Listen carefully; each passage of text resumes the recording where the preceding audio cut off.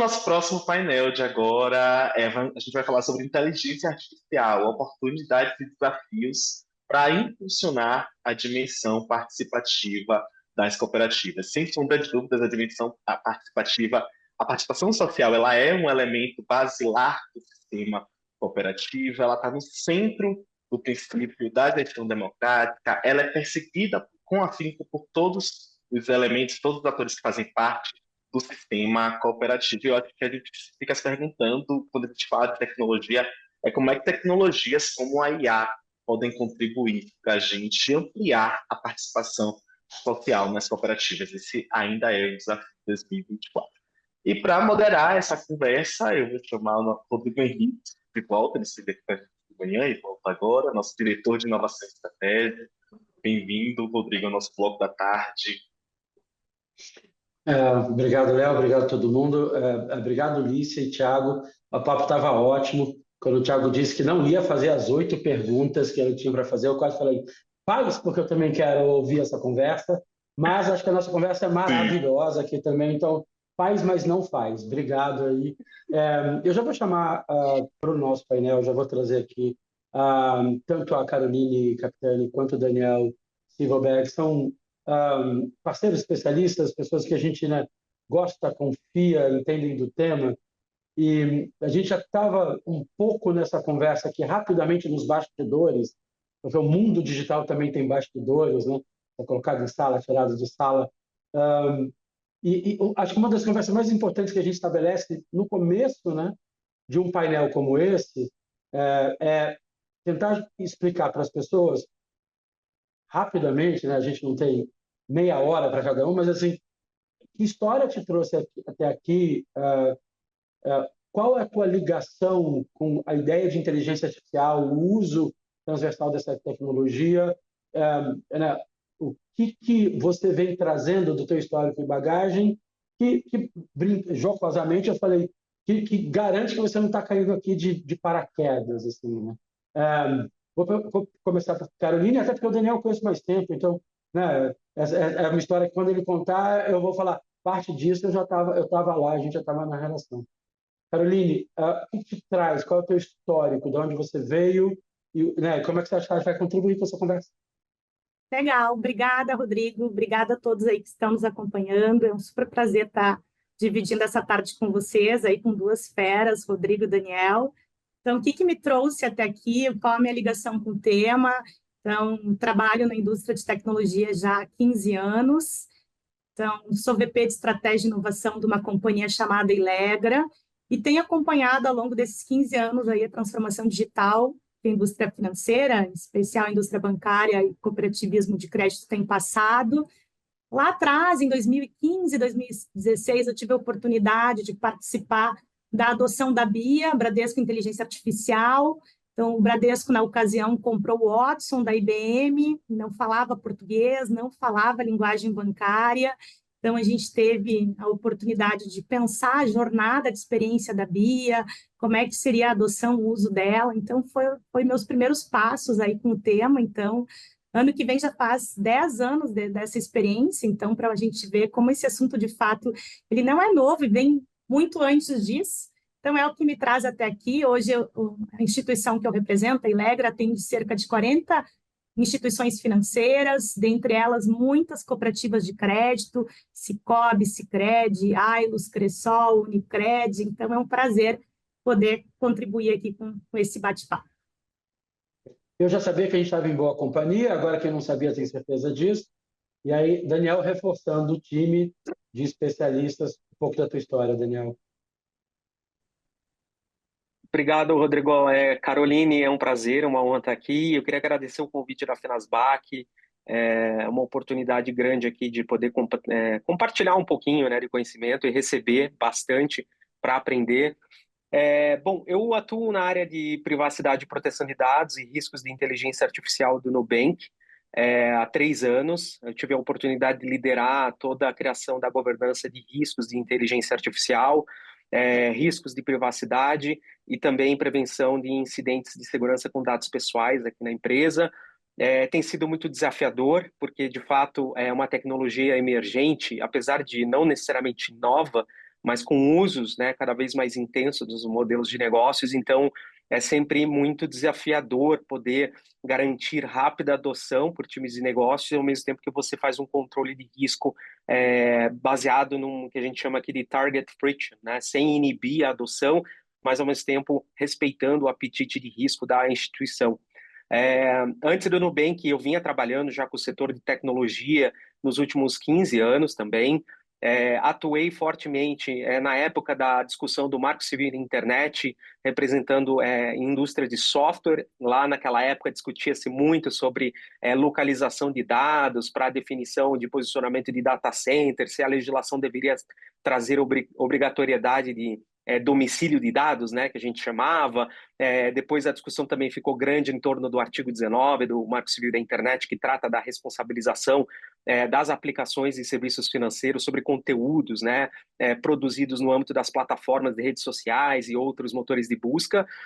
Depois de um tempo, eu me engajei muito nas discussões da Lei Geral de Proteção de Dados, e tive a honra e a grande oportunidade de estar no dia da sanção da lei no Palácio do Planalto com o presidente Temer na época, né, e diversos, junto com outros stakeholders da indústria, né, setor de TIC especificamente, tecnologia da informação e comunicação, que englobava desde infraestrutura de conexão, né, telecoms, passando por infraestruturas de data centers, provedores de software, desenvolvedores de softwares e prestadores de serviços, né? E também as aplicações.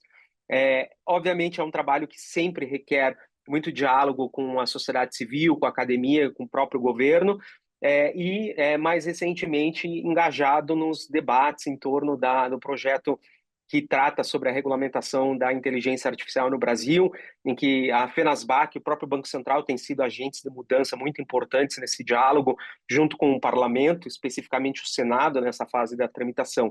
Então, Rodrigo, eu estive na área de políticas públicas, para a área digital, migrei para a área de Data Protection Officer, eu sou encarregado adjunto de proteção de dados do Nubank, então cuido de toda a parte de governança junto com o time da Raíssa, que é a DPO efetivamente, olhando os riscos de privacidade, IA e incidentes. Continuo atuando na parte de políticas públicas digitais, tanto olhando a NPD quanto as novas normas que estão surgindo como a de IA, e também riscos jurídicos, né, negociações contratuais que favoreçam o uso de IA através da empresa para todos os segmentos de negócio. Então, tipo, eu estou aqui aprendendo ainda, porque é uma coisa que a gente nunca consegue exaurir, mas esse é o contexto que me traz aqui especificamente e que eu agradeço o convite, Rodrigo. Maravilha. Agradecimento meu, assim, profundo, em nome da federação e pessoal. Daniel, eu e Daniel trocamos convites, né? O Daniel me chama para alguns eventos, eu te mando para outros.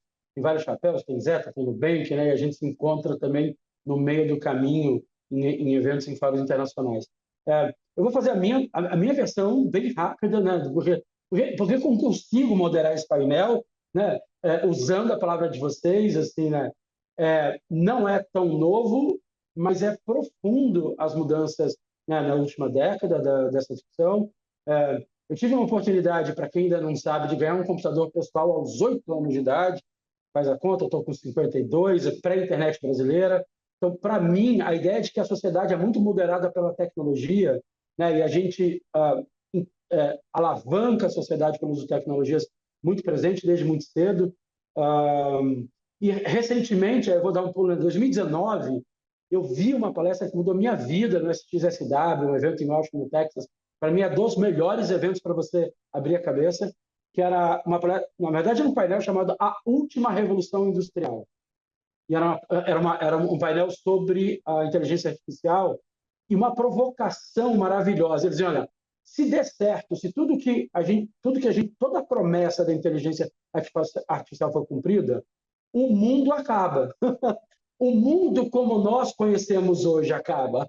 Né? A gente está recriando um processo de sociedade muito grande. E aí, é claro que isso tem consequências muito grandes no setor financeiro, e essa é uma discussão interna aqui da federação, como malha, né? Ou a malha da sociedade é o desenho financeiro que a gente tem. E aí, especificamente, a nossa discussão, e aí a gente vai entrar em profundidade, é como as cooperativas de crédito também têm uma função social muito grande, que também estão pensando na transformação social, e as cooperativas estão aqui desde a primeira grande revolução industrial, diga-se de passagem, se essa é a quarta e última, né, como provocação de painel, como eu tinha visto, essa talvez seja das mais importantes. Para fechar, esse foi um ano muito focado em inteligência artificial. A gente teve a oportunidade de sair fora do Brasil, fazer, né, algumas visitas, inclusive com o regulador, com o Banco Central, participar de algumas discussões tanto do aspecto da tecnologia, quanto de como se regula, né, e por que se regula, e para que se regula, e um pouco de quais seriam os limites. Tá. Feitas as apresentações, né, tomara que a gente tenha convencido as pessoas que a gente está aprendendo, como diz Daniel, mas entende alguma coisa também do que a gente vai falar. Eu vou abrir com o título do painel, né, para deixar muito claro. Assim. Então, a pergunta é essa, assim, quais são as grandes oportunidades que a inteligência artificial traz, pode oferecer para participar, para melhorar a participação e engajamento de clientes associados, né, cooperados de uma instituição, e como é que a gente tem aproveitado isso, se é que tem. Então, quais são essas grandes oportunidades, né, que a gente já começou a desvendar, e, eventualmente, quais a gente deveria estar olhando e a gente ainda não viu. Quase o microfone aberto, a Carolina já está abrindo dela, então vou fazer essa já a deferência. Carolina, abre você, e aí depois entra o Daniel, eu posso complementar com alguma coisa. Boa. Boa provocação aí, Rodrigo. A minha praia, na minha explanação inicial, acabei não contando. Minha trajetória é muito voltada a CX, a Customer Experience, né, a experiência do cliente, a experiência do cooperado no contexto aqui do cooperativismo de crédito. E eu vou trazer um ponto que eu acho de extrema importância, que é a personalização. A gente precisa utilizar essa inteligência de dados para personalizar a oferta, para a gente personalizar a comunicação, para que as pessoas se sintam únicas, né? Então, acho que a volumetria de dados ela é muito expressiva e a gente precisa dessa inteligência artificial para nos ajudar nessa personalização, especialmente de oferta. Tem uma característica das cooperativas de crédito, que é a governança delas, as pessoas serem donas, né? Então, na época aí da pandemia, se utilizou muito a questão das assembleias digitais, né? Eu sei que o cooperativismo tem muito da presença do físico, do tete-a-tete, mas assembleias digitais imagino que veio em alguma medida para ficar, assim, então, também a gente poder escutar o cooperado, coletar esses dados, essas informações e processá-las através de inteligência artificial para a gente fazer com que as pessoas se sintam de fato pertencentes, serem donas realmente, acho que é uma oportunidade interessante. Falando aqui em termos de governança, é uma característica única que as cooperativas de crédito dispõem, então trago aqui como um ponto forte. As análises preditivas, né, a gente poder capturar aí a propensão de uma pessoa a romper um seguro, a propensão de renovar ou não um produto financeiro. Então, essas análises preditivas também é uma oportunidade que a gente pode usar ela numa escala maior, eu acredito, então trago como uma oportunidade. Toda essa parte de análise de feedback das redes sociais, os usuários cada vez mais estão expressando as suas opiniões nas redes sociais, e é importante capturar se esses sentimentos são positivos, clusterizar se não são, quais são os sentimentos para a gente poder agir em torno disso. A questão da comunicação também, as pessoas são diferentes, a forma como elas dialogam com as instituições financeiras são diferentes, e a gente precisa usar a inteligência artificial a nosso favor nesse aspecto também. Então, aqui, personalização, análise preditiva, questão de governança, análise de sentimento, são alguns pontos que eu trago aqui para a nossa conversa. Imagino aí que o Daniel também tenha N outros aspectos aí para contribuir. Até me arrumei na cadeira, Daniel, porque já estava assim, só a abertura da Carol já dá os 50%, os 50 minutos do painel, né, da gente imaginar todas as possibilidades. Mas, cara, eu queria fazer alguns destaques, porque para mim é super importante, é tão bom conversar com gente, né, que está dentro do pacote. Assim. Eu sou cooperado, né, eu sou cooperado de cooperativa de crédito, assim, a oportunidade de escuta do cooperado com IA é uma coisa que a gente não discute, né? A gente vai passar pela eficiência, né, das instituições, aqui a gente vai falar, né, você falou de oferta, clusterização, né, e hiperpersonalização de oferta, Mas acho que esse trouxe uma tão maravilhosa, porque toda a forma de comunicação, né, ela é não estruturada, né, ou semi-estruturada. Né? A gente propõe um tema, diz quais são os tópicos aqui, por exemplo, nessa conversa, mas alguém puxa um assunto e a gente vai abrindo. E aí a capacidade de extrair valor, fala, né, sensação, desejo, necessidade, não só para produto e serviço, mas para caminhos, né, de governança e direcionamentos da cooperativa. É impressionante como uma inteligência artificial pode nos ajudar. Hoje o pessoal brinca muito, fala, Rodrigo, as suas inteligências chegam primeiro na reunião, né? Porque a gente está com tanta plataforma de inteligência artificial para entrar na reunião, né? E você está lá, está participando da reunião, mas ela sai com um resumo do que foi falado, ela sai com pontos de ação do que foi falado, e algumas delas saem até com essa proposta de dizer, olha, eu acho que o Daniel empatizou mais com você, porque, né, ele ficou mais, quando você falava, ele olhava mais tempo para você. É impressionante como a gente pode usar high-tech para o high-touch, né? Vai em inglês, né? Como a gente pode usar a alta tecnologia para o alto relacionamento, que essa é uma coisa super legal quando você traz de experiência de clientes. Daniel, sua versão de oportunidades para a inteligência artificial dentro do segmento de, né, instituições financeiras especificamente, e como é que a gente usa isso bem e o que a gente pode explorar eventualmente mais que a gente ainda não está tão profundo. Bacana, esse exemplo é muito interessante, Rodrigo, que você trouxe, né, do uso de plugins de IA, né, sumarizando reuniões, compilando informações e dando produtividade às equipes internas, né.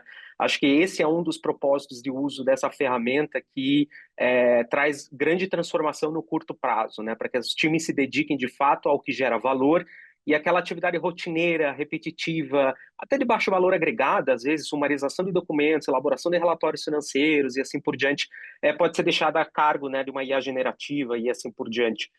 Aqui no Nubank, eu vou falar sobre a perspectiva do Nubank, eu acho que pode ser utilizada em analogia para uma realidade de cooperativas, né?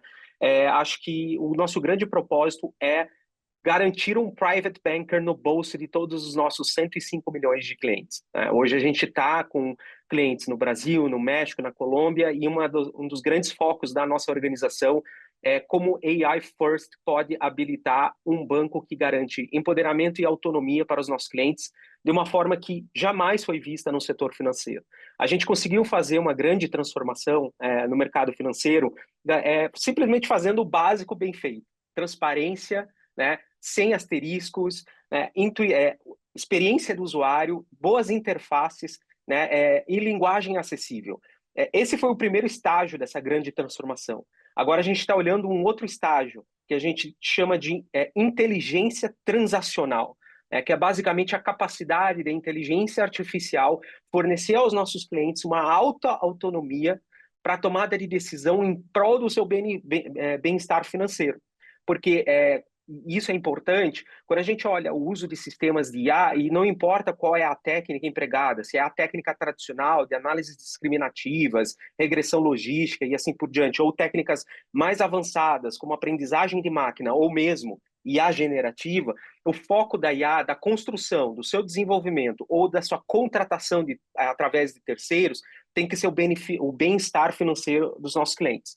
Isso vai ser relevante até na nossa conversa, porque quando a gente for voltar ao tema da regulação, isso precisa ser dito.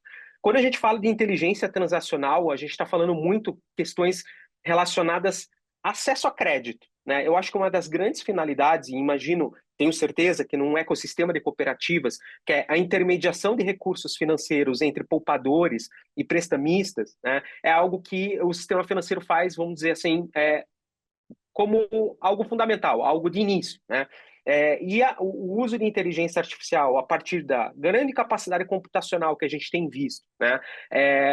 Esses algoritmos super sofisticados e a grande disponibilidade de dados permite que a gente faça um preço adequado do crédito conforme o risco individual, daquilo que a gente chama de uso de microdata, né, ou microdados.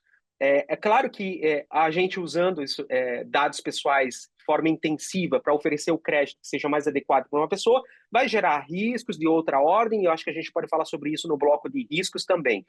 Mas existe um grande benefício. porque na medida em que o histórico de crédito, tradicionalmente estabelecido em birôs, né, nos grandes data brokers do Brasil, que normalmente a gente utiliza para poder avaliar a capacidade de adimplemento de obrigações financeiras, eles não revelam de forma adequada o perfil de crédito de milhões de brasileiras e brasileiros. Então a gente tem um gap, uma simetria informacional muito grande que pode ser preenchida com acesso a dados e uso desses algoritmos super especializados. E aqui a gente entra todo o fluxo de proteção ao crédito que é automatizado ou semi-automatizado e que a gente entende que essas plataformas de serviços financeiros digitais, inclusive por cooperativas, trazem uma grande oportunidade. Desde a validação da identidade, primeiro, né, desde o pricing, né, identificando o público-alvo que é mais pertinente a receber aquela oferta daquele produto de crédito, passando pela aplicação e análise de documentação, e isso pode ser feito com visão computacional da análise de documentos. É claro que existe a necessidade de uma infraestrutura pública digital no Brasil para que a gente possa reduzir os custos de análise documental, mas isso é um processo que está essencialmente cada vez mais automatizado. A análise de credit scoring em si, que é o risco, né, que se dá, a classificação de risco que se dá para uma pessoa sobre sua capacidade de inadimplemento ou probabilidade de default, passando pelo monitoramento da qualidade do crédito concedido.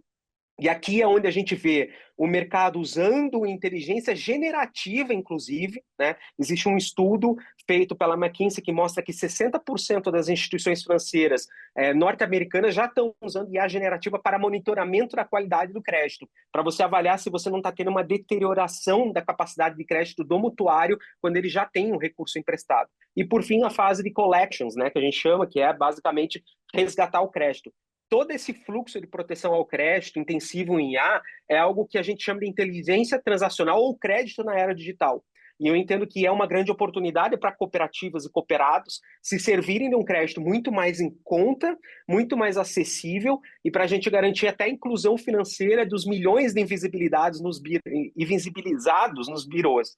Eu poderia falar mais sobre outras questões, como, por exemplo, prevenção e combate à fraude, lavagem de dinheiro, atendimento ao cliente e até a questão de produtividade de times internos, mas eu acho que, para não se delongar muito, porque a gente já tem bastante insumo aqui, eu vou passar de volta para ti, Rodrigo, e a gente vai tabelando Boa. aqui, eu, você e a Carol. Boa, maravilha. Estou com a mesma sensação, né, Carol? Assim, agora a gente precisa de 50 minutos só para a abertura do Daniel, assim, mas acho que tem coisas muito interessantes. E eu vou fazer uma referência aqui. Toda oportunidade que eu tenho de discutir profundamente com as cooperativas estratégia de posicionamento, eu uso o Nubank como referência. Eu até brinco, eu vou falar aquele que eu não falo o nome, o roxinho, né? Porque tem um alinhamento, né, de visão, acho que muito grande, que a gente tem que, né, fazer aqui, dar os créditos, porque existe uma ideia de inclusão, né, pelo digital muito forte. Essas coisas não estão contraditórias. Existe a possibilidade de uma grande inclusão pelo uso tecnológico, né, da inteligência artificial, e elas não são contraditórias, elas não estão brigando com elas. Quando você traz, Daniel, a ideia de que você vai ter um private banker, né, quando você vai ter, através da tecnologia, a sensação gerada, e puxando um pouco o que a Carol estava falando, especialidade dela, a experiência gerada de que eu tenho uma pessoa pensando nas minhas finanças o tempo todo. E eu gosto também muito dessa discussão e das camadas que você trouxe, para dizer, olha, se eu gero muita inteligência transacional, se eu consigo fazer muita, né, análise de dados repetitivos, sumarização de documento, né, se eu posso adequar o meu processo de análise de crédito, de precificação, me sobra todo o resto, quando eu, agente financeiro, quando eu, gerente de uma cooperativa, me sobra todo o resto do tempo para entender o soft data, para entender a parte do dado que não vai estar registrada no mundo digital. Que né, e eu não estou brincando, da briga com a esposa ao vencimento, né, o time que venceu o jogo e, por exemplo, o apetite de risco real daquele tomador no histórico do resto da vida dele que não está mapeado. E acho que é isso. Acho que quanto mais tecnologia a gente traz para uma cooperativa de crédito, mais espaço a gente tem, né, para se aprimorar do outro lado do olho a olho. tem esse olho aqui digital que a gente está fazendo da melhor forma possível, e tem um outro, né, que é esse investimento do outro pedaço. Mas acho que você trouxe uma coisa super importante, e aí eu acho que eu vou tentar navegar um pouco por aí. Uma das grandes oportunidades ou grandes promessas da IA é a ideia de que a gente vai conseguir gerar uma grande eficiência interna, né? A gente vai conseguir gerar uma eficiência operacional, redução de custos de forma significativa para os times, e repassar isso para a ponta, e, né, de alguma forma precificar. Vocês veem, Carol e Daniel, vocês veem que essa promessa já está começando a ser cumprida, né? A gente já está conseguindo usar a inteligência artificial para dentro, ou o esforço ainda está para fora, na interface, na comunicação, no chatbot, né? Ou na tentativa, né? Nessa tentativa de conselheiros automatizados, às vezes de investimento. A gente está com IA para dentro e para fora ao mesmo tempo? Boa pergunta. Eu acho que as coisas precisam coexistirem, né, Rodrigo? A gente só entrega uma experiência melhor para fora, aprimorada, se a nossa casa estiver organizada, né? Então, imagino que precisa ter um equilíbrio nessa balança, e a gente tem que avançar além dos pilotos, né? Muitas discussões, às vezes, em torno de pilotos, né? E a gente precisa suplantar barreiras culturais, às vezes, dos tomadores de decisão, arriscarem um pouco mais, né? Então, vejo que precisa buscar esse equilíbrio para a gente prover uma melhor experiência na ponta, ter, sim, uma melhor experiência para o próprio colaborador, para que ele entregue uma experiência melhorada para fora, né? E aí a gente fala de qualidade de dados. O grande motor para que a gente entregue isso para a ponta é a qualidade desses dados, né? Quando eu ingressei no mercado de trabalho, a gente falava assim da importância do inglês e continua sendo extremamente importante, uma língua, né, universal, e agora a gente precisa ter uma terceira língua que é falar a linguagem dos dados, né? Cada um, obviamente, com um tipo de letramento, mas a gente precisa incorporar esse letramento de dados. Então, eu traria como um desafio, Rodrigo, a qualidade e a disponibilidade desses dados. Eu acho que é um desafio que a gente precisa suplantar para ter mais projetos de inteligência artificial. A gente tem ainda dentro das instituições financeiras muitos sistemas legados, então a gente precisa modernizá-los para que essas integrações aconteçam.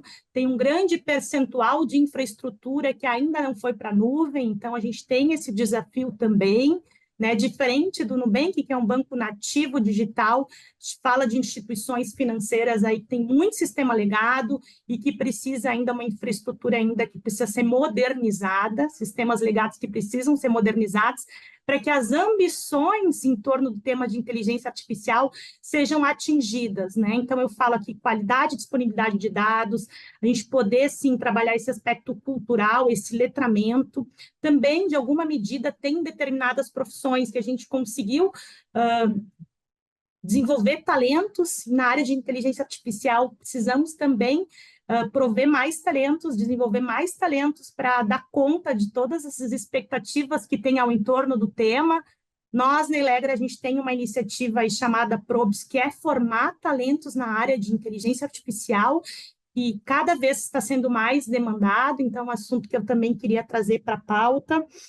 Enfim, e tem custos, obviamente, envolvidos, e que a gente precisa aí destinar recursos para que as empresas andem num pace um pouquinho maior e entreguem tudo isso que está sendo discutido em eventos, né, de tecnologia mundo afora, é a principal pauta. A gente precisa ter iniciativas cada vez mais concretas acontecendo. Adoro a sua provocação de concretude e de a gente sair das iniciativas ou ir além dos pilotos, né? Uma das especializações da federação são os laboratórios de inovação, são os pilotos. A gente faz isso, né, com o regulador, com o Banco Central, desde 2017, com a conta de cooperação que a gente tem. Eu brinco, eu falo, a gente não é famoso, mas se a gente é famoso, é pelos LIFTs, pelos laboratórios de inovação financeira que a gente, né, conduz e coordena com o Banco Central. Mas tem o além do piloto, acho que você tocou em algumas coisas que eu acho super importantes, que é primeiro, uma questão cultural em todas as instituições, aí é de forma geral, aí, mas nas instituições financeiras, e mais especificamente, né, para a cooperativa de crédito, porque tem sim uma necessidade de uma adoção de uma cultura de risco, de assumir risco, né, de risco tecnológico, risco de modelo de mercado, de risco de tentativa e erro mesmo, que acho que essa é uma questão que vai permear toda e qualquer instituição. E eu estou falando, lembra, eu estou falando de uma federação de servidores do Banco Central, uma instituição que está indo para os seus 60 anos de idade, que tem toda... A gente é muito parecido, a gente tem... A federação é como se fosse uma central de cooperativa de crédito, a gente tem as associações na pontas, né? As nossas singulares, a gente parece muito, assim. Mas acho que tem esse desafio mesmo que você provoca, e ao mesmo tempo que a gente está discutindo inteligência artificial, a gente está discutindo sistema legado e transformação digital, né? E mudança cultural profunda para que a gente aproveitar. Mas acho que a provocação está muito correta. Assim. A inteligência artificial não pode ser para fora, não pode ser apenas para cliente cooperado, ela tem que estar em uso para dentro. Daniel, diz o mercado que vocês são muito bons de eficiência operacional. Né? Como é que vocês trabalham essa parte de uso de inteligência artificial e o que vocês usam, né, para além em times internos para garantir, né, esse por um lado desafio, né, a oportunidade, mas quais são os desafios que vocês estão tendo para garantir o uso interno da inteligência artificial por aí? O que a gente já pode aprender com isso? Boa pergunta. Eu acho que quando você fala de uma visão de risco, eu acho que esse é um dos caminhos. Primeiro, até para dar contexto, diferentemente das incumbentes, né, ou outras instituições financeiras mais tradicionais, com mais histórico, de fato, o Nubank ele surge, né, como a gente chama de cloud first, né, uma plataforma de serviços financeiros digitais totalmente na nuvem, né, e no celular, na aplicação. Então a gente não tinha, né, a gente nunca teve agências bancárias, a gente nunca teve data centers, né, físicos próprios, a gente sempre alavancou a transformação digital desde o dia zero, o que obviamente nos dá essa vantagem de poder adotar softwares como serviço, inclusive, né, aplicações de IA prestada por fornecedores, o que está acontecendo, na verdade, na indústria como um todo, né? A gente vê um processo de comoditização das IAs, né, sendo oferecidas no mercado e as empresas contratando e incluindo elas, fazendo um embedment no seu modelo de negócio, nas suas linhas.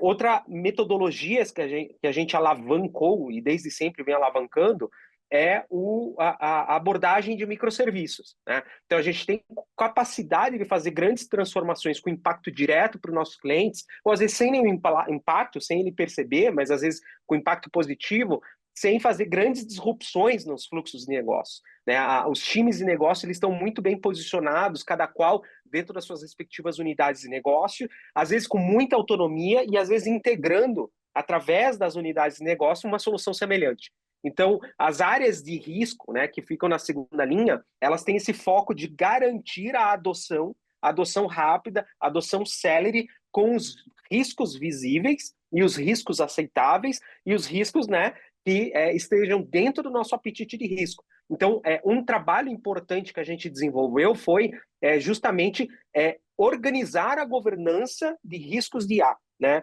E isso é um fluxo extremamente importante para que os times de negócio que estão lá desenvolvendo ou contratando soluções, eles tenham condições de rapidamente de se servir dos seus escritórios de defesa, que a gente chama, né, a segunda linha de defesa, que vai ter riscos de modelos, vai ter InfoSec, vai ter IT Risk, né, os times de tecnologia da informação, vai ter os DPO, que é Data Protection Office, jurídico. Todos esses times eles têm que ter uma sinergia para dar uma resposta rápida com as medidas de controle para a primeira linha, porque a transformação acontece na primeira linha, a gente tem que ser enabler, né? A gente costuma dizer. Então isso é muito importante, e eu acho que a Carol trouxe uma coisa na fala dela que eu queria até... duas coisas que vieram na fala dela que eu acho que são bem relevantes. Pessoas, talentos. Esse é um ponto transformacional. Quando a gente fala de pessoas capacitadas, a gente está falando de curva de aprendizados relevantes, né? O Brasil tem, historicamente, um déficit de capacitação de pessoas, especialmente nessas ciências STEAM, né? Science, Technology, Engineering, Mathematics, que é histórica, né? Então, existe uma disputa no mercado por cientistas de dados, né? Pessoas que sejam engenheiras de software, integradores, gestores de projetos. Então, isso é muito importante, as instituições se cercarem de profissionais talentosos e darem as condições para eles desenvolverem a criatividade. E a IA entra aí, né? Justamente abrindo, fazendo aquele unleash, né? A criatividade das pessoas para que elas foquem naquilo que elas podem gerar valor e deixem de fazer aquilo que sejam atividades rotineiras. Então, aqui no Nubank, a gente pensa também em plataformizações internas de gestão de risco. Tem plataformas proprietárias para gestão automatizada de risco, com dashboards multifuncionais de várias áreas para a gente fazer análises numa sistemática de metodologia ágil, para que a gente não fique aguardando uma área depois da outra. A gente consegue fazer várias análises de risco e chegar a conclusões muito rápidas, deixando os times de primeira linha muito mais confortáveis. E, obviamente, a gente tem um time de terceira linha, que é a auditoria interna, tudo isso por obrigações regulatórias. E o segundo ponto que a Carol trouxe, que eu gostaria até de colocar na mesa, é a questão de dados, né? Qualidade de dados, mas não tão só qualidade, mas dados em quantidade, né? No sentido assim, positivo da palavra, não significa invasão, intrusão de privacidade. O Banco Central, e a gente sabe que os lifts, né, da Fenasbac, etc., têm viabilizado muitas inovações, mas o Banco Central tem sido um grande orquestrador do que a gente chama de infraestruturas públicas digitais, né? Você pega o DICT, né, a base transacional do Pix, você pega o Open Finance, que virou Open Banking, né? Você pega o Drex, que agora é um projeto ainda, mas se você pegar essas duas primeiras, elas são infraestruturas fundamentais para a gente alavancar não só facilidade de pagamentos instantâneos, etc., mas empoderamento do cliente e modelos muito mais acurados, muito mais robustos, com maior capacidade preditiva. Mas a gente ainda sente falta de dados no Brasil, né? Especificamente para questões de KYC, que é Know Your Customer, que é um processo regulatório por obrigação legal definida pelo Banco Central e por legislações específicas para prevenir o uso do sistema financeiro, não só para cometimento de fraude, mas também para que não haja lavagem de dinheiro, para que não seja financiado o terrorismo e assim por diante. É importante que esses processos de KYC, que são basicamente validações documentais, background checks de clientes, empresas, etc., eles estejam estruturados em estruturas robustas de dados, né? Com participação do Poder Executivo, não só do Banco Central e das instituições financeiras, através das suas bases de dados, mas também a própria Receita Federal, o Ministério da Justiça e outros órgãos de Poder Executivo que poderiam estar mais participantes na produção dessas infraestruturas. Então, acho que a questão de disponibilidade de dados é algo bastante relevante na discussão de IA também, Rodrigo. Perfeito. Até, Rodrigo, tem também nota de um dado aqui, se me permitir somar aqui a fala. Anualmente, a Febraban ela libera, durante a Febraban Tech, um relatório de tecnologia bancária. Você falou aí em termos de, nesse último relatório, 11% nos índices de eficiência de processos internos usando IA, consta no último relatório de 2024. Se entrar no site da Febraban, esse relatório está disponível. Então, tem alguns dados bem interessantes para quem está nos acompanhando, fizer download lá do documento, tem algumas informações bacanas lá dentro. E você falou de processos internos, tem muita questão também de low code, né? O próprio Milton, na abertura do Milton do Itaú, o Mário Leão do Santander, na abertura da Febraban Tech, ele fez menção, o Itaú é o terceiro maior usuário de GitHub Enterprise do mundo, ele já codou 1,5 milhões de linha de código utilizando o GitHub Copilot. Eu sei que o Nubank também é um usuário de GitHub Copilot, então tem toda uma instrumentalização dos nossos developers para que eles consigam, sim, ter uma produtividade melhor e trago esse exemplo, que é uma das ferramentas queridinhas aí dos desenvolvedores, o Copilot, como um exemplo que trouxe um ganho de eficiência e tem uma oportunidade de tração ainda bastante grande nesse universo. Nessa linha, eu não vou aguentar não comentar. Se vocês acham que eu fiz um painel de inteligência artificial sem usar inteligência artificial para me ajudar no painel, vocês estão malucos, né? É impressionante. Eu tive também uma oportunidade de ver um dos fundadores do ChatGPT, do OpenAI, há anos atrás, explicando o que eles estavam fazendo. A proposta de valor de uma inteligência artificial generativa, por exemplo, imagina que do dia para a noite você tem 6 assistentes trabalhando para você. E eu adorei o exemplo, porque gera uma concretude que não existe de verdade, mas dá uma sensação, né? Fala, 6 assistentes? Eu quero. Ele falou assim, lembra, são assistentes. Não sabem o que você sabe, mas se você instrui, a velocidade de resposta, a capacidade de execução é gigante. Eu acho que tem sim, né, essa história de olhar para dentro do uso, e aí de forma geral de inteligência artificial, mas tem alguns destaques mesmo. E eu vou fazer o destaque do destaque, olha que cara de pau. O Daniel fez o destaque da Carol em relação a talento, e uma das provocações que a gente não vai ter tempo aqui é como é que as cooperativas de crédito formam e retêm talento no uso dessas tecnologias. Porque você vai ter os 2 desafios, né? Você tem o desafio de formação desses talentos, e aí tem um monte de teoria de adensamento e agrupamento, de onde está essa inteligência, né? Como é que você faz parceria com ICTs, universidades, né? Próximas, da onde você contrata. A gente adora essa discussão, mas tem a retenção desses talentos para dentro, que essa vai ser uma conversa muito interessante. E o Daniel trouxe uma questão, não só como você falou da qualidade e disponibilidade de dados, mas dados específicos. Ele trouxe o tal do PSI, o Know Your Customer, né? Como é que eu tenho dados de validação de quem é o cliente? E aí, já vou trazer a pergunta. O Kedson Pereira falou, tenho enfrentado, a gente tem enfrentado, né, um tsunami de tentativa de fraude eletrônica, né, com grandes prejuízos para nossas casas, para nossas instituições. A inteligência artificial vem agravar ou minimizar esse problema? Então, qual é a ideia de vocês? Como é que a gente responde, né, ao Kedson Pereira?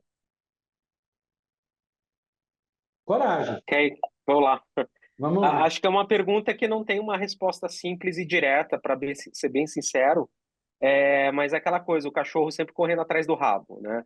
Na medida em que a gente tem a evolução do lado de lá, o lado malicioso, a gente tem a evolução do lado, né, de ethical hacking, que a gente chama. Nós temos nossos próprios hackings nos apoiando e fazendo cyber intelligence o tempo inteiro, né? Então, é óbvio que existe essa transformação digital do crime também, que também faz uso cada vez mais acessível de modelos de IA generativa, por exemplo, para crimes de engenharia social, né? Mas a gente tem uma robustez cada vez maior no lado das infraestruturas e arquiteturas de dados, de segurança da informação, e o que torna cada vez mais complicado você fazer uma intrusão sem que você não tenha uma engenharia social por detrás.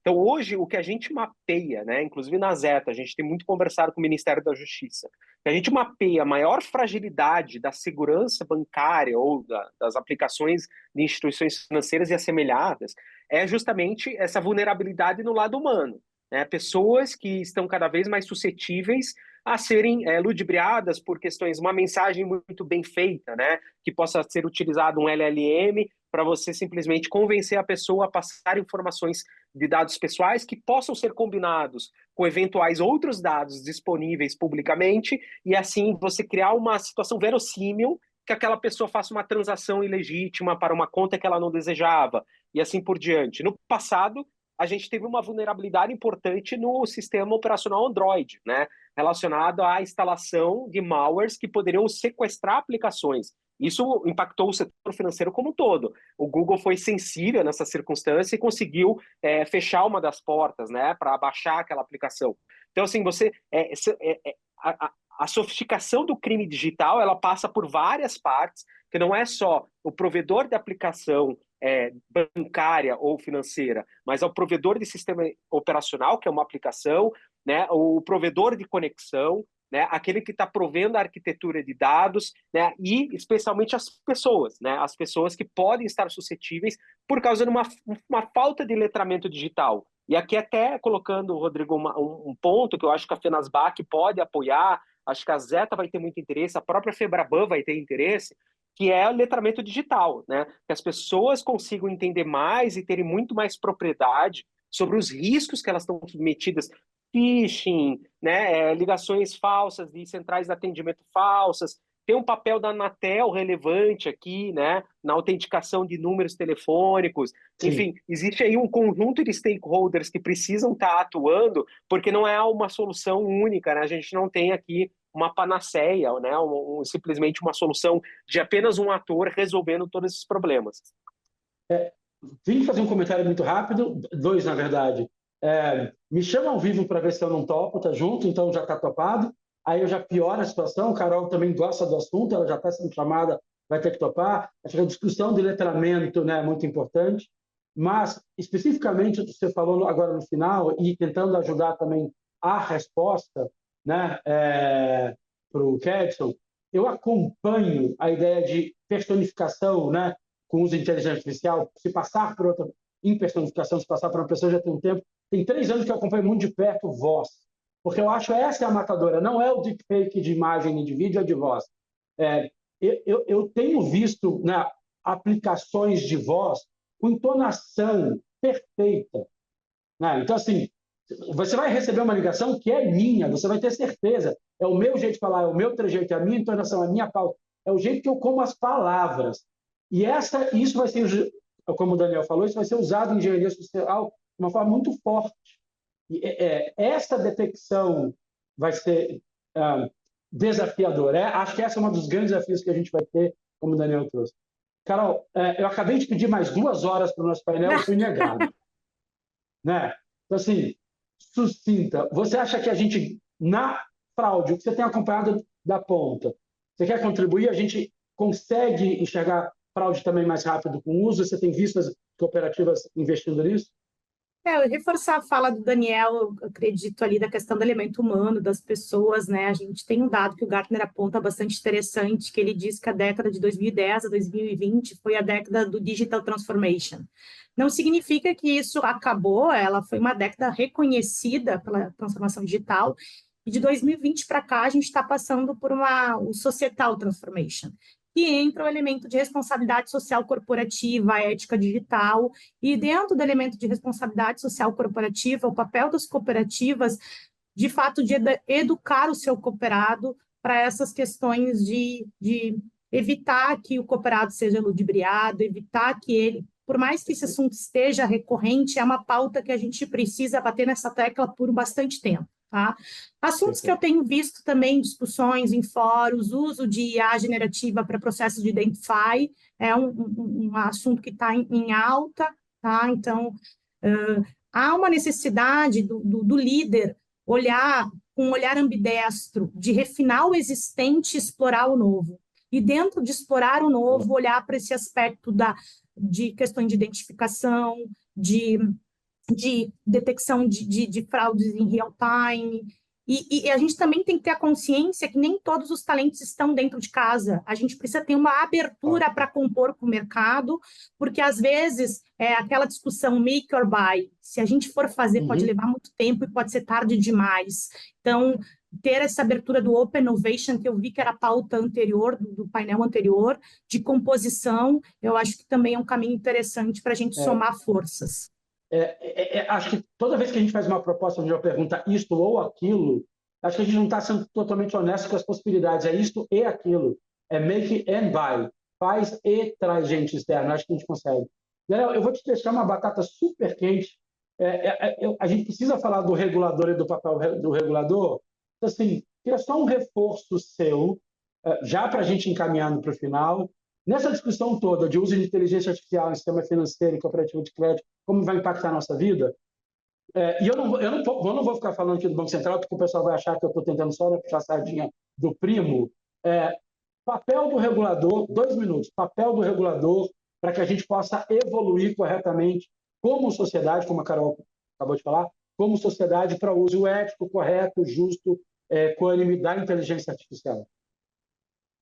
O regulador é o maestro disso tudo. O Banco Central é o regulador indutor. O Banco Central, desde a edição, por exemplo, da lei dos arranjos de pagamento e das instituições de pagamento, o Banco Central, até muito antes, né, como uma instituição extremamente longeva, já tem uma política pública extremamente indutora no mercado, né, sempre focando na inovação, tanto as agendas, né, BC hashtag, todas essas questões.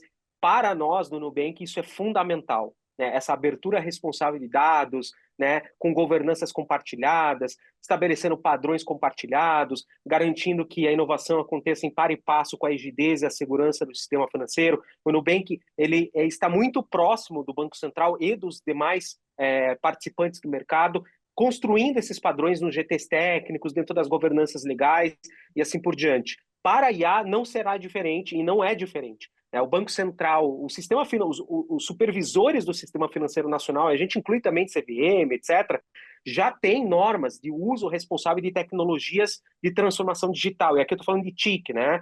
Desde das resoluções de gestão integrada de riscos. Se a gente olhar lá, e as resoluções de crédito, as resoluções de fraude, todas elas falam em qualidade de dados, epistemia de modelos, né, auditorias, supervisão, questões relacionadas à privacidade e proteção de dados, contra o tratamento ilícito de dados. Então, existe uma preocupação regulatória estabelecida com competências bem fixas sobre isso. No âmbito do projeto de lei de IA, o que a gente está vendo? Né? A Zeta trabalhou desde o início da tramitação, sensibilizando o legislador no seguinte sentido: a regulação de inteligência artificial para o mercado financeiro, e aqui a gente está falando para instituições financeiras e assemelhadas, elas já têm competências fixadas, né, nos supervisores do Sistema Financeiro Nacional. O que acontece de inovador? A gente tem um Sistema Nacional de Privacidade e Proteção de Dados organizado pela Autoridade Nacional de Proteção de Dados. Então, a nossa fala sempre foi no sentido de que, para a IA, e obviamente todas as atividades de tratamento de dados, independentemente do grau de automação e autonomia, a gente precisa ter uma cooperação, uma harmonia entre a Autoridade Nacional de Proteção de Dados e o Banco Central para que as normas não colidam e a gente não tenha uma insegurança jurídica inibindo a inovação. Então, o que foi colocado na minuta do projeto de lei, no parecer do senador Eduardo Gomes, em visão com consentimento, participação do Banco Central, da Casa Civil, do senador Eduardo Gomes, das instituições financeiras, da academia, da sociedade civil, foi que haveria um órgão que faria uma articulação institucional, mas a prevalência dos reguladores setoriais na definição de aspectos técnicos sobre inteligência artificial, que é, por exemplo, definição de fairness, transparência, revisão de decisões automatizadas. E isso precisa ser definido pelo Banco Central em alguns pontos de convergência e cooperação institucional com a Autoridade Nacional de Proteção de Dados. Então, hoje, o parecer preliminar ele traz essa segurança jurídica, mas é claro que a discussão da regulação de IA, do papel do regulador, ela ainda se segue, especialmente na parte infralegal, na parte de crédito, de contra a discriminação ilícita e abusiva, e assim por diante, existe uma agenda bastante interessante para ser desenvolvida. Carol, a gente não podia sair sem essa, então eu vou agradecer a aula que a gente recebeu da Carol, a aula que a gente recebeu do Daniel. Tentei várias vezes essas 2 horas adicionais, as pessoas não estão cedendo. A gente tem um painel maravilhoso próximo. A gente está muito forte nessa discussão do uso e da regulação. Bom você lembrar, né, que em A a gente vai ter os reguladores setoriais, são os fortes reguladores. O papel provável da Agência Nacional de Proteção de Dados é de articuladora, né, e para quem não tem já um mercado regulado previamente. Adoraria ficar mais 5 minutos, só vou dar tchau, agradecer, mandar beijo e pedir para o Léo voltar aqui e dizer que o próximo painel tem 2 horas, eu tenho certeza. Não tem, não. O próximo painel tem alguns minutos. Muito obrigado, Carolina. Obrigado, Daniel.